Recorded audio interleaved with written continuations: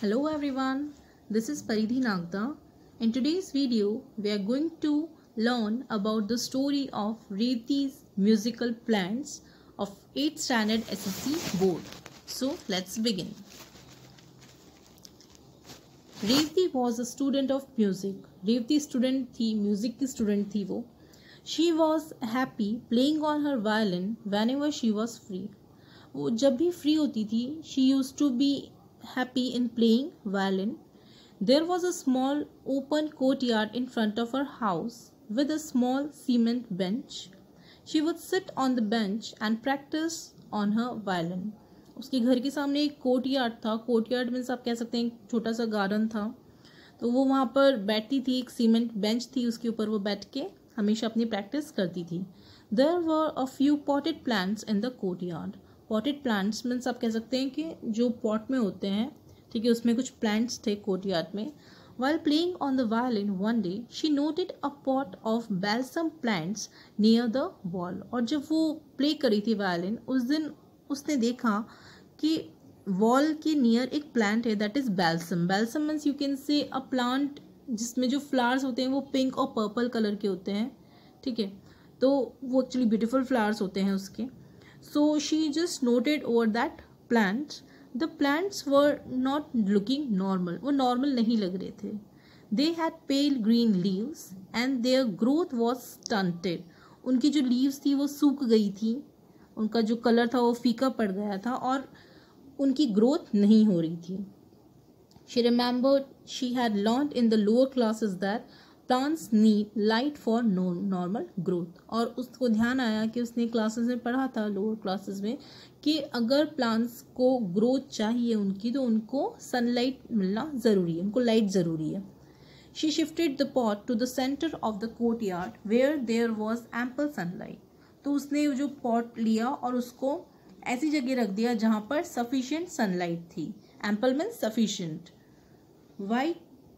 While shifting the pot, an idea struck Revti. और जब वो पॉट को शिफ्ट कर रही थी तो उसके दिमाग में एक आइडिया आया. Struck means दिमाग में हिट हुआ एकदम उसको एक आइडिया.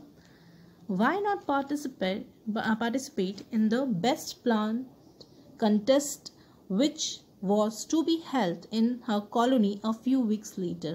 तो उसने सोचा कि क्यों ना मैं उस कॉन्टेस्ट में पार्टिसिपेट करूं जो बेस्ट प्लांट कॉन्टेस्ट है और जो उसकी कॉलोनी में होने वाला है कुछ वीक्स के बाद में.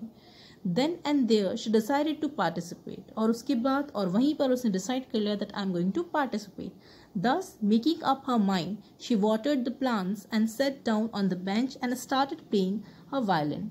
और उस दिन के बाद से उसने अपना दिमाग मीन्स अपना मन बना लिया, उसने डिसीजन ले लिया और वो हमेशा उन प्लांट्स को वाटर करती मीन्स पानी देती और वहाँ पर बेंच पर बैठकर अपनी वायलिन प्ले करती थी. She was very fond of the राग मोहनम.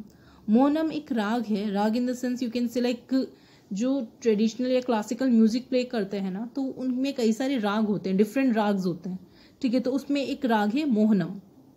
तो वो उस राग को बहुत पसंद था उसको और वो वही प्ले करती थी. She played the rag for some time and then went in for her studies. तो वो थोड़ी देर के लिए उस राग को प्ले करती थी वायलिन पर, वो म्यूज़िक उस पर्टिकुलर जो राग होता था उसको बजाती थी और फिर वो स्टडीज़ के लिए चली जाती थी. Every day, Revti would sit on the bench and watch her potted plants. वो हर दिन अपने प्लांट्स को वॉच करती थी. They were growing well and looking healthier than the other plants in the far end of the courtyard. और उसके जो plants थे जिनको वो वाटर करती थी वो अब ग्रो हो रहे थे और दूसरे जो प्लांट्स थे कोर्टयार्ड में उनसे हेल्दी लग रहे थे. One day as she was playing she noticed a movement in her potted plants.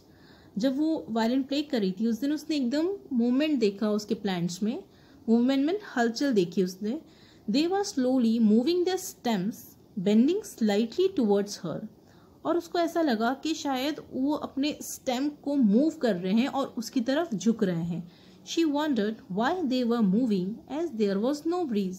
उसको लगा, सोचा उसने कि ये प्लांट्स क्यों मूव कर रहे हैं जबकि कोई हवा चल नहीं रही है, तो फिर ये प्लांट्स कैसे मूव कर सकते हैं. It struck her as odd. उसको odd लगा, अजीब लगा, strange लगा. The next evening too, she played on her violin as usual and watched the potted plants with care.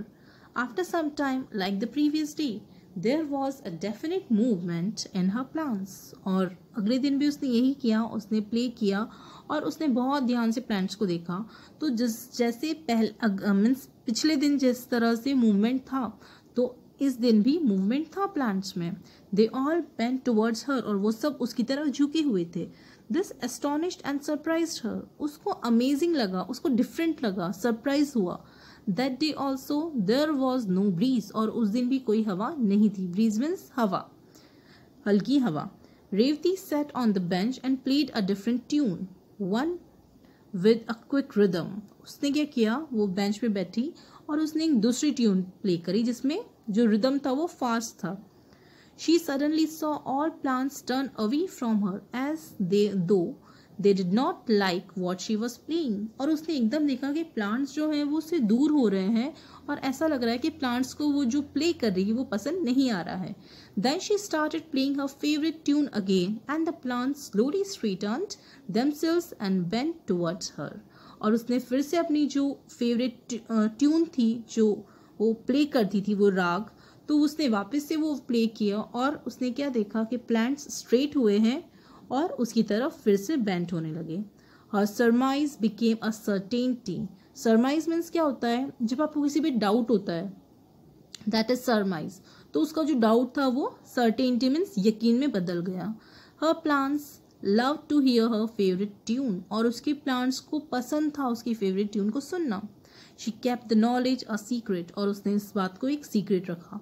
She did not tell anyone, not even her mother. So she just kept it as a secret. She did not tell to anyone about this.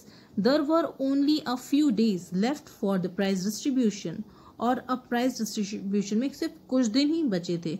To her great surprise, Revati found her potted plants not only taller and healthier than other balsam plants, but that they had started flowering a few days earlier than the other plants. और उसको ये चीज़ देखकर surprise हुई, वो ये देखकर कि उसके जो प्लांट्स थे ना ही वो टॉल थे या हेल्दी थे दूसरे प्लांट्स से, बट उनमें फ्लावर्स जो थे वो दूसरे प्लांट्स की कंपैरिजन में जल्दी आ गए थे। कुछ days earlier they came. The flowers were big and brightly colored, and one of the plants had an unusual kind of flower. और उसके जो फ्लावर्स थे वो बहुत मीन्स वो बड़े थे और बहुत ही प्यारे कलर्स थे उनमें, और जो एक प्लांट था उसमें एक डिफरेंट काइंड का फ्लावर था। Unusual means different. The flowers were mauve with white strips. Mauve means you can say एक लाइट पर्पल कलर था उन फ्लावर्स का और उसमें वाइट कलर की स्ट्रिप्स थी। That evening she knew she would definitely get the prize for the best plants, और उस शाम उसको पता था कि I am going to get the prize for best plants. She went to bed dreaming of her plants and the new type of flowers. तो वो अपने बेड पे गई और वो सोच रही थी इसका कि उसके प्लांट्स के बारे में, उसके न्यू टाइप ऑफ फ्लावर के बारे में। she was thinking. The next day was the all important day, और next day बहुत ही important day था। She got up in the morning and went straight to the courtyard to see her plants. और वो morning में उठी और अपने courtyard में गई प्लांट्स को देखने के लिए। Revati blinked for a few minutes, for there was neither the pot nor the plants. और उसने अपने आंखें थोड़ी देर के लिए झपकाई। मीन्स कई बार क्या होता है कि हमें ऐसा होता है कि हम नींदों में तो नहीं है, तो उसने क्या किया, अपनी आइज को ब्लिंक किया, झपकाया अपनी पलकों को, और उसने देखा कि ना ही पॉट है वहां पर ना ही प्लांट्स हैं। Neither pot nor the plants are there. She look to see if someone had moved the pot, और उसने इधर उधर देखा कि कहीं ऐसा तो नहीं है किसी ने पॉट को हिलाया हो या कहीं और लिया, कहीं और रखा हो।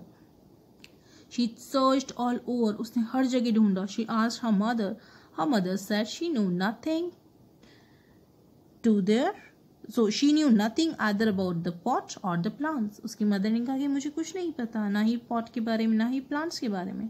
Some of the neighbors had been to their house the previous afternoon and had remarked at the beautiful flowers and the healthy looking plants in the pot. और कुछ नेबर्स आए थे, आसपास के लोग आए थे और उन्होंने देखा उन प्लांट्स को, उन फ्लावर्स को, और उन्होंने उसकी तारीफ भी करी। उन्होंने उसके लिए रिमार्क दिया, उनको रिमार्क दिया और तारीफ करी, अप्रिशिएट किया।